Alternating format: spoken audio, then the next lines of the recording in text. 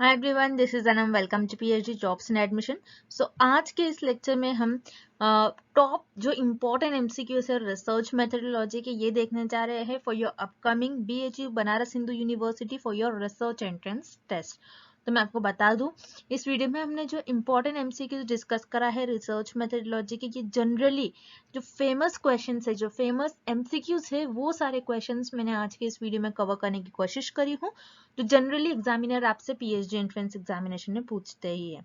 तो याद रखना है, इस वीडियो को आपको अच्छी तरीके से देखना है, हर एक पॉइंट पर कहीं पर भी इस वीडियो को आपको स्किप नहीं करना है, अच्छे तरीके से पूरे वीडियो को देख लेना है। उसी के साथ साथ मैं आपको बता दूं कि आपके बीएचयू रिसर्च एंट्रेंस टेस्ट के पेपर जो होता है उसमें आपके जो 40 एमसीक्यूज है, याद रखना है आपको, जो 40 एमसीक्यूज है ये आपको रिसर्च मेथोडोलॉजी से पूछा जाता है। ओके, 40 एमसीक्यूज आपको रिसर्च मेथोडोलॉजी से पूछा जाता है। तो आपको याद रखना है कि आपकी प्रेपरेशंस के लिए हमने रिसर्च मेथोडोलॉजी का कंप्लीट कोर्स लॉन्च करा है, जिसमें हम आपको वीडियो लेक्चर्स प्रोवाइड करते हैं। वीडियो लेक्चर्स जो है हमारे थ्योरी और एमसीक्यूज वीडियो लेक्चर्स है, जिससे कि आपकी प्रैक्टिस होती है।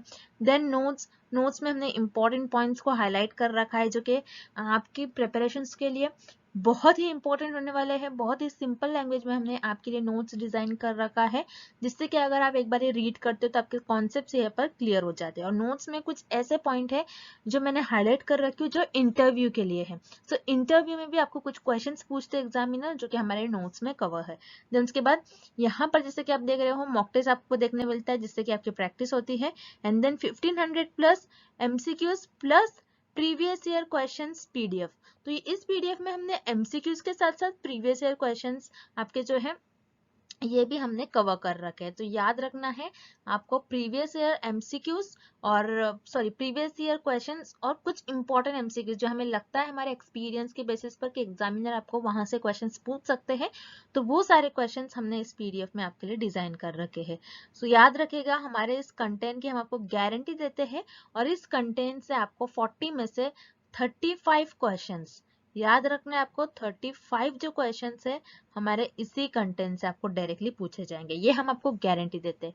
सो आपको टाइम वेस्ट नहीं करना है, जल्द से जल्द आपको कंटेंट को परचेस करना है। परचेस करने के लिए स्क्रीन पर जो नंबर नजर आ रहा है आपको, इस नंबर पर व्हाट्सएप के थ्रू हमें कॉन्टैक्ट करना है। याद रखना है आपको व्हाट्सएप के थ्रू ही हमें कॉन्टैक्ट करना है, नॉर्मल कॉल इस नंबर पर नहीं लगेगा। और आप हमारे ऐप के थ्रू भी स्टडी मटेरियल को एक्सेस कर सकते हो। सो ऐप को एक्सेस करने के लिंक मैंने आपके साथ description box as well as comment section में भी प्रोवाइड कर रखा है। So that's it and let's begin with the video. तो एक बार ये एमसीक्यू स्टार्ट करने से पहले मैं आपको अच्छे तरीके से हमारे कंटेंट जो हम आपको प्रोवाइड करते हैं, जो स्टडी मटेरियल हम आपको प्रोवाइड करते हैं, उसके बारे में एक बार मैं आपको फटाक से बता दूं कि हमारे इस कोर्स में हम आपको video lectures, mock test, notes provide करते हैं और 1500 प्लस एमसीक्यूज रिविजन पीडीएफ। ये सारा जो कंटेंट आप देख रहे हो स्क्रीन पर, ये आपको एक ही जगह मिलेगा। कई स्टूडेंट्स क्या करते हैं, इंटरनेट से स्टडी मटेरियल रिफर करते हैं। सो इंटरनेट पे जो लैंग्वेज यूज करी जाती है, बहुत डिफिकल्ट लैंग्वेज यूज करी जाती है, जिससे कि आपको समझ नहीं आता है क्या लिखा हुआ है, किस तरीके से ये जो कंटेंट है आपको किस तरीके से रीड करना है, कितना कंटेंट आपको फॉलो करना है। क्योंकि हम हमारे कोर्स में आपको बताते हैं आपको कितना स्टडी मटेरियल यूज करना है। बहुत ज्यादा भी नहीं आपको पढ़ना है, बहुत कम भी नहीं, आपको जितना सफिशिएंट है आपके स्टडी के लिए उतना आपको पढ़ना है। सो हमारे कोर्स में हम आपको गाइड करते रहते हैं कि किस तरीके से आपको किस टॉपिक पर ज्यादा फोकस रहना है, कहाँ से ज्यादा क्वेश्चंस आपको पूछे जा सकते हैं। ये सारी चीजें हमारे कोर्स में हम आपको बताते हैं। सो हमारे ये जो कोर्स है, हम आपको गारंटी के साथ कहते हैं कि हमारे इसी कोर्स से आपको एग्जाम में 30 से 35 क्वेश्चन डायरेक्टली पूछे जाएंगे। तो जल्द से जल्द आपको कोर्स को परचेस करना है। परचेस करने के लिए स्क्रीन पर ये जो नंबर नजर आ रहा है, इस पर व्हाट्सएप के थ्रू हमें कॉन्टैक्ट करना है। याद रखिएगा, नॉर्मल कॉल इस नंबर पर नहीं लगेगा और आप हमारे इस ऐप के थ्रू भी स्टडी मटेरियल को एक्सेस कर सकते हो। सो ऐप को एक्सेस करने के लिंक मैंने आपके साथ डिस्क्रिप्शन बॉक्स में प्रोवाइड कर रखी है। So that's it and let's begin with the MCQs. एक पैमाना केवल संख्या को वस्तु की विशेषता के अनुसार वर्गीकृत करने के लिए वस्तुओं को निर्दिष्ट करता है। A dash scale only assigns names to object to classify objects according to the characteristic of interest. इस प्रश्न में हमें ये पता लगाना है और इस क्वेश्चन में हमें ये फाइंड आउट करना है कि एक कौन सा ऐसा एक पैमाना है, मतलब ऐसा एक कौन सी स्केल है आपकी जो केवल आपके जो वस्तु है, वस्तु के उनके कैरेक्टरिस्टिक्स के बेसिस पर, मतलब उनके विशेषताओं के बेसिस पर आपके वस्तुओं को निर्दिष्ट करता है। मतलब एक कौन सी ऐसी स्केल है जो आपके जो ऑब्जेक्ट्स है, ऑब्जेक्ट को उनके कैरेक्टरिस्टिक्स के बेसिस पर उस ऑब्जेक्ट्स को डिवाइड करने के काम आता है और क्लासिफाई करने के काम आता है। सो याद रखिएगा आपके जो स्केल ऑफ मेजरमेंट्स है, इसमें आपके 4 types of scale of measurements होते हैं। पहले हम ये देख लेते हैं कि ये 4 types of scale of measurement क्या होते हैं, उसके थ्रू हम इस क्वेश्चन को, इस प्रश्न को सॉल्व कर लेंगे। जैसे कि आप ये देख रहे हो डायग्राम, तो this is very important diagram. इस डायग्राम में ये 4 लेवल ऑफ मेजरमेंट्स जैसे आप देख रहे हो, तो याद रखिएगा ये चारों लेवल ऑफ मेजरमेंट्स को याद रखने के लिए आपको एक शॉर्ट फॉर्म यूज करना है जो कि है noir. So N for nominal, O for ordinal, I for interval and R for ratio. So nominal scale क्या होती है, जिसमें आप आपका जो भी डेटा होता है, जो भी आपके पास ऑब्जेक्ट होता है, उनको नाम देते हो और आपके जो ऑब्जेक्ट्स होते हैं, आपका जो भी डेटा होता है, उसको उसके कैरेक्टरिस्टिक्स के बेसिस पर कैटेगराइज कर देते हो और क्लासिफाई करते हो या फिर डिवाइड कर देते हो, उसे हम कहते हैं नॉमिनल स्केल। ऑर्डिनल क्या होती है, ऑर्डिनल स्केल में आप सेम नॉमिनल की तरह ही करते हो, लेकिन नॉमिनल में आप क्या करोगे, आपके जो चीजें हैं उनको उनको एक रैंक दोगे, ऑर्डर दोगे। उसी तरीके से इंटरवल, इंटरवल स्केल क्या होती है, जिसमें ऑर्डिनल के सारे कैरेक्टरिस्टिक्स प्रेजेंट होंगे, लेकिन इंटरवल में आपके पास जो भी डेटा होता है, जो भी आपके पास ऑब्जेक्ट होगा, जो भी आपके पास वस्तुएं होंगे, उन वस्तुओं को आप एक इक्वल इंटरवल्स में अरेंज करते हो, आप उनको बेसिकली अंतराल देते हो। उसी तरीके से रेशो, रेशो में इंटरवल के आपके सारे कैरेक्टरिस्टिक्स प्रेजेंट होंगे, उसी के साथ साथ रेशो में आपका जो जीरो है, जीरो का कुछ ना कुछ मीनिंग होगा, लेकिन आपको ये याद रखना है इंटरवल में आपका जो जीरो होता है ये आर्बिट्री होता है। तो याद रखिएगा ये जो चारों लेवल ऑफ मेजरमेंट्स है, इनको मैंने अपने नोट्स में बहुत अच्छी तरीके से समझाया है। जो भी हमारे बैच के स्टूडेंट्स हैं, मैं उनसे कहूंगी कि वो अपने नोट्स को एक बार देख ले, तो उनको ये चारों scale of measurements easily clear हो जाएगा। और मैंने अपने लेक्चर सीरीज में भी इसको बहुत अच्छी तरीके से बताया है। सो अगर आप हमारे बैच के स्टूडेंट्स होंगे तो मैं आपको बोलूंगी कि आप लेक्चर और नोट्स एक बार अच्छी तरीके से पढ़ लीजिए, तो ये आपका जो लेवल ऑफ मेजरमेंट्स होता है उसका कॉन्सेप्ट क्लियर हो जाएगा। तो चलिए इस क्वेश्चन की तरफ हम बढ़ते हैं।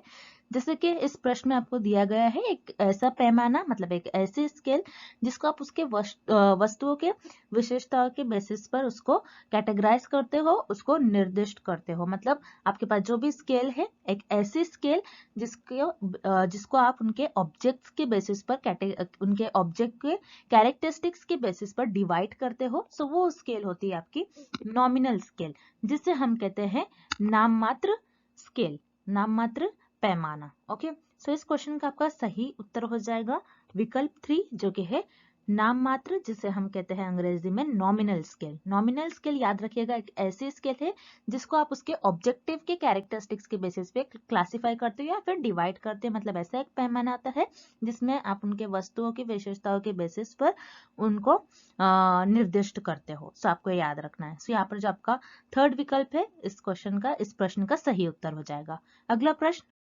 नमूनों के चयन की प्रक्रिया में उचित क्रम में दिए गए चरणों की व्यवस्थित कीजिए। Arrange the steps given below in the proper order in the process of selection of samples. इस प्रश्न में हमें नमूनों के प्रक्रिया गिवन है, नमूनों के जो प्रक्रिया है उनके कुछ चयन गिवन है, मतलब आपके जो सैंपल्स के प्रोसेस है उनके कुछ स्टेप्स हमें इस क्वेश्चन में दिए गए हैं और उन्हें हमें एक सही क्रमांक में अरेंज करना है, मतलब उन्हें हमें एक सही ऑर्डर में अरेंज करना है। सो यहाँ पर आपको याद रखना है, अब जब भी आपका जो सैंपल है उसको सेलेक्ट करते हो, जब भी आपके नमूने को चुनते हो, तो आप फर्स्ट स्टेप में, आप फर्स्ट चयन में आप क्या करोगे, आपकी पॉपुलेशन को डिफाइन करोगे। सो यहाँ पर डिफाइनिंग द पॉपुलेशन ये आपका फर्स्ट स्टेप आएगा, जिससे हम कहते हैं संक्षिप्त को परिभाषित करना। सो यहाँ पर ये आपका फर्स्ट स्टेप आता है, मतलब आपकी पॉपुलेशन को डिफाइन करोगे, आपकी जो जनसंख्या है उसको बताओगे, आपकी जनसंख्या में टोटल कितने लोग हैं, आप किस जनसंख्या पर रिसर्च करने वाले हो, आप ये पहले बता देते हो। आपकी पॉपुलेशन में कितने लोग हैं, कौन कौन से मेंबर्स हैं, उनको आप बता देते हो कि कितने मेंबर्स है आपकी पूरी पॉपुलेशन में, आपकी पॉपुलेशन में कितने, मतलब आपकी जनसंख्या में टोटल कितने व्यक्ति है आप बता देते हो। आप आपकी पॉपुलेशन को डिफाइन करोगे। देन उसके बाद आपने पॉपुलेशन को डिफाइन कर लिया, देन उसके बाद आप आपकी सैम्पलिंग फ्रेम डेवलप करोगे, सैम्पलिंग फ्रेम का विकास करोगे आप। सो यहाँ पर जो आपका सैम्पलिंग फ्रेम है, डिफाइनिंग द सैम्पलिंग फ्रेम, ये आपका सेकेंड स्टेप हो जाएगा। अब सैम्पलिंग फ्रेम कैसे डेवलप करते हो आप देखोगे आपके पॉपुलेशन में टोटल कितने मेंबर्स है, आप उनकी एक लिस्ट बना लेते हो। आप उनकी लिस्ट बना लेते हैं, उनकी सारी उन मेंबर्स की सारी आप इंफॉर्मेशन लिखते हो, उस मेंबर्स की, उस व्यक्ति की, आप सारे व्यक्ति के जितने भी आपके पॉपुलेशन में मेंबर्स हैं उनकी एक लिस्ट बना लेते हो, उनकी सारी इंफॉर्मेशन लिख लेते हो। अब सैम्पलिंग फ्रेम आप इस तरीके से बना लेते हो। सैम्पलिंग फ्रेम बेसिकली एक लिस्ट होती है, एक पर्चा होता है, उसमें आप सारे आपके जो पॉपुलेशन में सारे जो व्यक्ति, हर एक व्यक्ति की आप इंफॉर्मेशन लिख लेते हो, मतलब हर एक मेंबर की आप इंफॉर्मेशन लिख लेते हो। देन अब सैम्पलिंग फ्रेम डेवलप करने के बाद, मतलब नमूना फ्रेम का विकास करने के बाद, आप उसके बाद आप आपका जो सैंपल का साइज है उसको डिटरमाइन करोगे। मतलब आप बताओगे कि आप कितना सैंपल लेने वाले हो, आप कितने लोगों को लेने वाले हो। यहाँ पर आपने लिस्ट बना लिया, लिस्ट में से आप चुन लोगे कि आप कितने लोगों को लेने वाले हो, आपका साइज सेलेक्ट करने वाले। मान लीजिए आपकी जो टोटल पॉपुलेशन है, आपकी जो पूरी जनसंख्या है, जनसंख्या में टोटल 100 लोग हैं, 100 मेंबर्स हैं। आपने सैंपल का साइज सेलेक्ट कर लिया कि मैं से 50 लोगों को लेने वाला हूँ या फिर लेने वाली हूँ। तो आप क्या करोगे, सैम्पलिंग फ्रेम में से आप 50 लोगों को चुन लोगे। तो आपका सैंपल साइज आप डिटरमाइन करोगे, मतलब आपके नमूने का आकार निर्धारित करोगे आप। ओके, तो यहाँ पर जो नमूने का आकार निर्धारित करना है, ये आपका थर्ड स्टेप में आ जाएगा, ये आपका थर्ड चयन हो जाएगा। देन उसके बाद आपने आपका जो सैंपल का साइज है उसको डिटरमाइन कर लिया। देन उसके बाद आप सैम्पलिंग मेथड यूज करोगे, मतलब आप बताओगे कि आप किस मेथड से आप सैंपल को सिलेक्ट करने वाले हो। क्या आप प्रोबेबिलिटी मेथड से पॉपुलेशन में से मेंबर्स को लेने वाले हो, मतलब आपकी जनसंख्या में से व्यक्ति को लेने वाले हो, या फिर नॉन प्रोबेबिलिटी में मेथड से आपकी पॉपुलेशन में से मेंबर्स को लेने वाले हो, ये आप बताते हो। तो यहाँ पर आपका फोर्थ स्टेप हो जाएगा स्पेसिफाइंग द सैम्पलिंग मेथड, मतलब कि नमूने के विधि निर्दिष्ट करना, ये आपका फोर्थ स्टेप हो जाएगा। देन लास्ट अब आपके सैंपल्स को सिलेक्ट कर लोगे, ये आपका फिफ्थ स्टेप हो जाएगा, मतलब आपके नमूनों को चुन लोगे। यहाँ पर आप इस तरीके से इन सारे चयन में आप आपकी जो सैम्पलिंग का प्रोसेस है, मतलब आपकी जो नमूने की प्रक्रिया है, ये परफॉर्म करते हो। इस तरीके से आप पॉपुलेशन में से मेंबर्स को चुन लेते हो, जो कि आपका सैंपल बन जाती है। मतलब आपके जो जनसंख्या है उसमें से आप कुछ लोगों को चुन लेते हो, जो कि आपके नमूने बन जाते हैं। तो इस तरीके से आप इस क्रमांक में आपके जो नमूने हैं उनको एक स्टेप्स में चुन लोगे, मतलब आपके सैंपल्स है उनको सिलेक्ट कर लोगे इन सारे स्टेप्स में। सो ये स्टेप्स, ये आपको क्रमांक ऑप्शन 3 में गिवन है। सो यहाँ पर जो आपका थर्ड विकल्प है इस प्रश्न का सही उत्तर हो जाएगा। अगला प्रश्न, एक शोध पत्र किसी शोध कार्य की संक्षिप्त रिपोर्ट है जो आधारित है। A research paper is a brief report of research work based on। इस क्वेश्चन में हमें ये पता लगाना है कि आपका जो रिसर्च का आपका काम होता है, आप ये आपके एक रिपोर्ट में लिखते हैं, जिसको आप कहते हैं रिसर्च पेपर। सो आपके जो रिसर्च पेपर होता है वो आपका जो कौन से डेटा पर बेस्ड होता है, या प्राइमरी डेटा या फिर सिर्फ सेकेंडरी डेटा, या प्राइमरी डेटा और सेकेंडरी डेटा बोथ, मतलब केवल प्रथम डेटा या फिर केवल गौण डेटा, या फिर ये दोनों भी डेटा पर आपका आधारित होता है आपका रिसर्च पेपर, मतलब आपका शोध पत्र। अब याद रखिएगा, आपका जो शोध पत्र है, शोध पत्र में आप रिसर्च में जो भी कार्य करते हो, रिसर्च में आपका जो भी वर्क होता है उसका एक रिपोर्ट लिखते हो आपके रिसर्च पेपर में। रिसर्च पेपर में आप पूरा ब्रीफ में बताते हो आपने रिसर्च में क्या काम करा है। तो जैसे कि मान लीजिए अब मैंने रिसर्च में काम करा है किसी एक ड्रग पर, जो कि है किसी आपके जो है हार्ट डिसीज के अगेंस्ट मैंने एक न्यू ड्रग डेवलप किया है। मान लीजिए मैंने एक ड्रग डेवलप किया हार्ट डिसीज के अगेंस्ट, तो उसके पहले भी कई ड्रग होगी। तो मैं क्या करूंगी, पहले जो मतलब पहले अवेलेबल डेटा होगा उसका थोड़ा बहुत यूज करूंगी, मतलब जो सेकेंडरी डेटा होगा उसका पहले यूज करूंगी। अब उसके बेसिस पर मैं एक न्यू ड्रग बनाने की कोशिश करूंगी। तो यहाँ पर मैंने एक न्यू ड्रग बनाया। रिसर्च में हम नई नई चीजों पर काम करते हैं, मतलब अपने शोध में हम कुछ नया नया काम करते हैं, नए कार्य पर काम करते हैं। सो उसी तरीके से हम क्या करते हैं रिसर्च में, मान लीजिए मैंने एक ड्रग बनाया, तो ड्रग बनाने के लिए मुझे पुराने रेफरेंस यूज करना पड़ेगा, जो पहले रिसर्चर ने किए हैं। जो पुरानी ड्रग होगी हार्ट डिसीज के अगेंस्ट, वो मुझे उसके बारे में थोड़ी बहुत इंफॉर्मेशन होनी चाहिए। फिर उसके बेसिस पर मैं एक न्यू ड्रग बनाऊंगी, मतलब मेरे पास अवेलेबल डेटा का मैं यूज करूंगी, और जो मैं अवेलेबल डेटा का यूज करते हुए एक न्यू डेटा बनाऊंगी, न्यू डेटा जनरेट करूंगी। तो मैंने क्या किया, पहले सेकेंडरी डेटा यूज करा, फिर प्राइमरी डेटा यूज करा। मतलब मैंने पहले गौण डेटा यूज करा, फिर प्राथमिक डेटा यूज करा।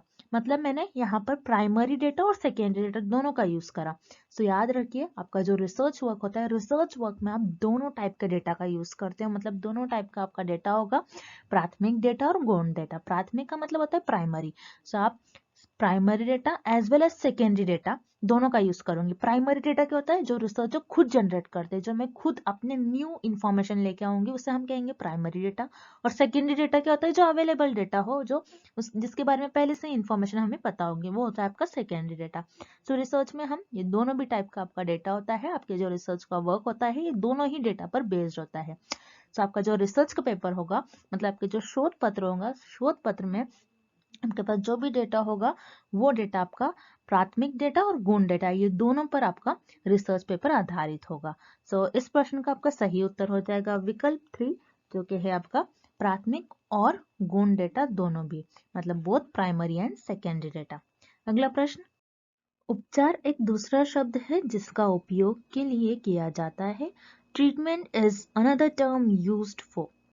इस प्रश्न में हमें ये पता लगाना है और इस क्वेश्चन में हमें ये फाइंड आउट करना है कि आपका जो ट्रीटमेंट है, ट्रीटमेंट ये टर्म हम कौन से वेरिएबल के लिए यूज करते हैं। मतलब आपका जो उपचार ये एक टर्म और ये एक शब्द, ये किस चर के लिए यूज करा जाता है, हमें ये फाइंड आउट करना है।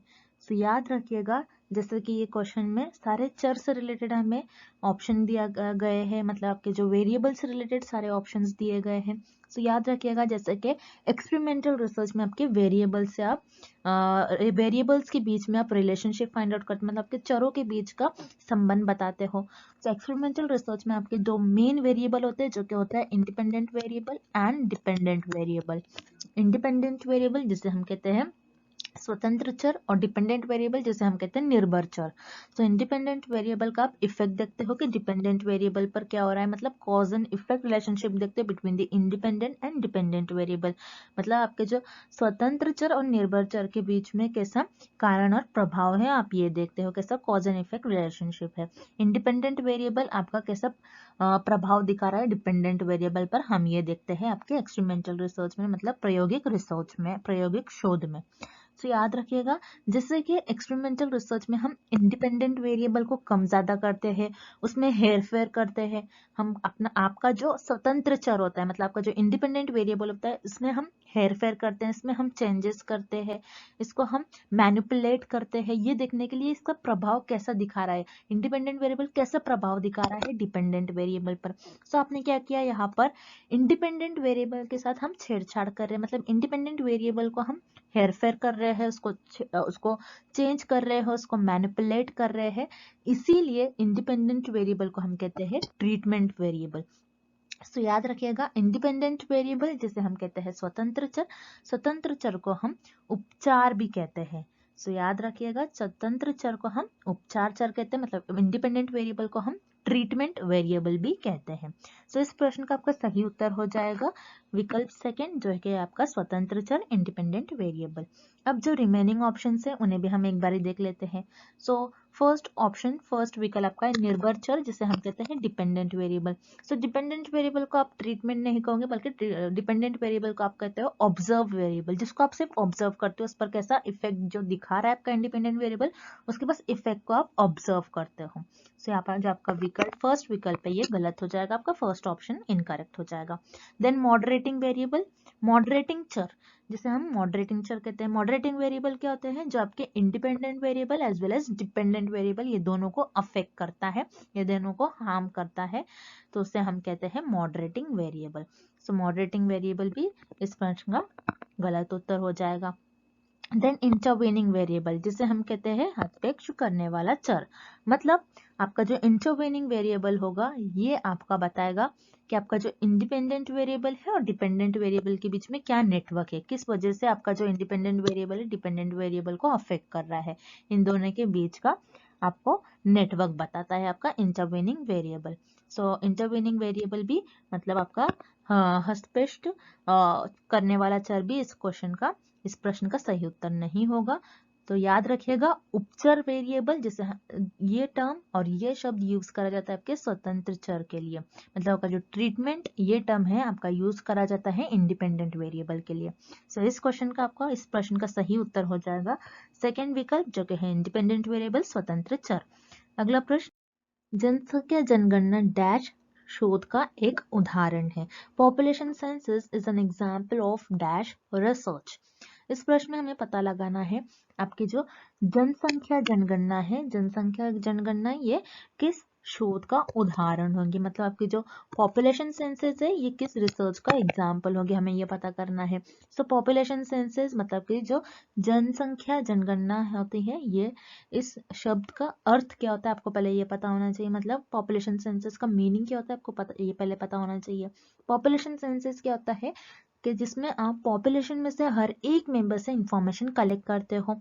यहाँ पर आप कोई सैंपल्स नहीं लेते हो, आप पूरी पॉपुलेशन से इंफॉर्मेशन कलेक्ट करते हैं। पॉपुलेशन में जितने भी मेंबर्स होंगे हर एक मेंबर से इंफॉर्मेशन कलेक्ट करते हैं, मतलब आपकी जो जनसंख्या होती है जनसंख्या में से हर एक व्यक्ति से आप इंफॉर्मेशन कलेक्ट करोगे। यहाँ पर आप आपका नमूनों को नहीं चुन सकते हो, बल्कि आप पूरे पॉपुलेशन में से हर एक मेंबर से आप इंफॉर्मेशन कलेक्ट करते हो, उससे हम कहते हैं जनसंख्या जनगणना, जिसे हम पॉपुलेशन सेंसस कहते हैं।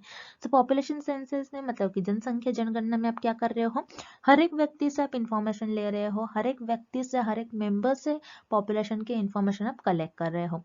तो यहाँ पर आप क्या कर रहे हो, सर्वे कंडक्ट करवा रहे हो। सर्वे के थ्रू आप क्या करोगे, पॉपुलेशन में से हर एक मेंबर से इंफॉर्मेशन कलेक्ट करते हो।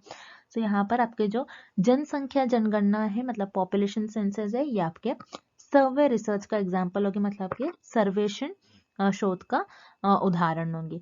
तो याद रखना है आपको, जो आपका पॉपुलेशन सेंसस है मतलब आपकी जो जनसंख्या जनगणना है, ये भारत में हर 10 साल पर करवाया जाता है ये सर्वे, जिसके थ्रू आप जनसंख्या में से हर एक व्यक्ति के थ्रू जो आपकी गवर्नमेंट है, जो सरकार है, वो इंफॉर्मेशन कलेक्ट करती है। तो यहाँ पर आपका जो पॉपुलेशन सेंसस है ये आपके सर्वे रिसर्च का एग्जाम्पल होगी, मतलब आपकी जो जनसंख्या जनगणना है ये आपके सर्वेक्षण शोध का उदाहरण होगी। सो यहाँ पर जो आपका फर्स्ट विकल्प है इस प्रश्न का सही उत्तर हो जाएगा। अब जो रिमेनिंग ऑप्शन है उन्हें भी हम एक बार देख लेते हैं। इंपायरिकल का मतलब क्या होता है, इंपायरिकल रिसर्च, जिसे हम हिंदी में कहते हैं इंडियन न्यूक्लिक शोध। इसमें क्या होता है, आप आपके अनुभव का इस्तेमाल कर रिसर्च परफॉर्म करते हो, एक्सपेरिमेंट परफॉर्म करते हो आप। तो यहाँ पर एम्पायरिकल रिसर्च में आप आपके एक्सपेरिमेंट, ऑब्जर्वेशंस और आपके अनुभव को आगे रखकर रिसर्च परफॉर्म करते हो। लेकिन पॉपुलेशन सेंसस में आपको अनुभव को आप एक्सपेरिमेंट परफॉर्म नहीं करोगे या फिर आप ऑब्जर्वेशंस नहीं करोगे। तो यहाँ पर जो आपका सेकंड विकल्प है ये गलत हो जाएगा। देन ऑप्शन सी क्लिनिकल, जिसे हम हिंदी में भी क्लिनिकल शोध कहते हैं, क्लिनिकल रिसर्च। तो क्लिनिकल रिसर्च क्या होता है, जिसमें आप पॉपुलेशन के इलनेस और उनकी हेल्थ के बारे में स्टडी करते हैं, मतलब आपकी जो जनसंख्या होती है जनसंख्या के आप हर एक मेंबर के आप क्या करोगे इसमें क्लिनिकल रिसर्च में उनके बीमारी के बारे में आप स्टडी करोगे। सो यहाँ पर आप कोई बीमारी के बारे में किसी की स्टडी नहीं कर रहे हो। सो यहाँ पर जो आपका थर्ड विकल्प है ये भी गलत हो जाएगा। देन एक्शन रिसर्च, जिसे हम कहते हैं क्रियानिष्ठ। सो एक्शन रिसर्च में आप इमीडिएट किसी भी प्रॉब्लम को सॉल्व करते हैं, मतलब आप कोई तत्काल समस्या को हल करते हो। सो यहाँ पर आप कोई समस्या को हल नहीं निकाल रहे हो, बल्कि आप सर्वे कंडक्ट करवाओगे। सो यहाँ पर जो आपका चौथा ऑप्शन है ये भी गलत हो जाएगा। इस प्रश्न का आपका सही विकल्प हो जाएगा पहला विकल्प, जो कि है सर्वे सर्वेक्षण। And if the instrument measures what it is designed to measure, then we can say that the instrument is। यदि एक उपकरण की रचना कुछ विशिष्ट नापने के लिए की जाती है, तब हम कहते हैं कि ये उपकरण है। मतलब इस क्वेश्चन में हमें फाइंड आउट करना है कि एक इंस्ट्रूमेंट है, उस इंस्ट्रूमेंट पर आप जो चीज मेजर करना चाह रहे हो वो इंस्ट्रूमेंट आपको वही चीज को मेजर कर रहा है, वही दिखा रहा है, तब हम उस इंस्ट्रूमेंट को हम क्या कहेंगे। मतलब एक उपकरण है, उस उपकरण में आप कोई चीजों को मेजर कर रहे हो और आप जो भी मेजर कर रहे हो, जो भी नाप रहे हो आप, उसको वो सेम ही दिखा रहा है। तो उस उपकरण को और उस इंस्ट्रूमेंट को हम क्या कहेंगे, उस इंस्ट्रूमेंट को हम कहेंगे वैलिड, जिसे हम हिंदी में कहते हैं वैध। तो यहाँ पर आपका विकल्प ए मतलब ऑप्शन ए करेक्ट हो जाएगा, वैध जिसे हम वैलिड कहते हैं। अब वैलिड क्या होता है, अब जैसे मान लीजिए आपका एक्चुअल वेट 60 केजीज है, ओके, और आपने वेइंग मशीन में वेट किया और आपका वेट भी आ रहा है 60 केजीज। तो इस केस में आप क्या कहोगे, आपकी जो ये वेइंग मशीन है वो वैलिड है, मतलब आपका जो एक्चुअल वेट था वो वही वेट दिखा रही है, मतलब आप जो एक्चुअल में नापना चाह रहे थे, जो आप एक्चुअल में मेजर करना चाह रहे थे, वो वही चीज दिखा रहा है। सो इस केस में आप कहोगे आपकी जो वेइंग मशीन है ये वैलिड है। सो यहाँ पर आपका जो मेजर करना चाह रहे थे वही दिखा रहा है इंस्ट्रूमेंट, तो उस केस में हम कहेंगे आपका जो इंस्ट्रूमेंट है वो वैलिड है। सो यहाँ पर आपको ऑप्शन ए वैलिड और विकल्प ए वैध ये सही हो जाएगा। अब जो रिमेनिंग ऑप्शन है उन्हें भी हम देख लेते हैं।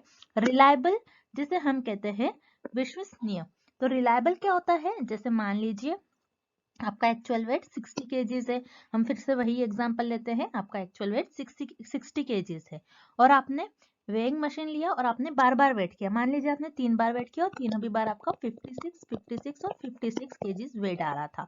तो यहाँ पर आपने क्या किया, 3 बार आपने वजन किया और आपका वजन तीनों भी बार 56 और 56 से आ रहा था।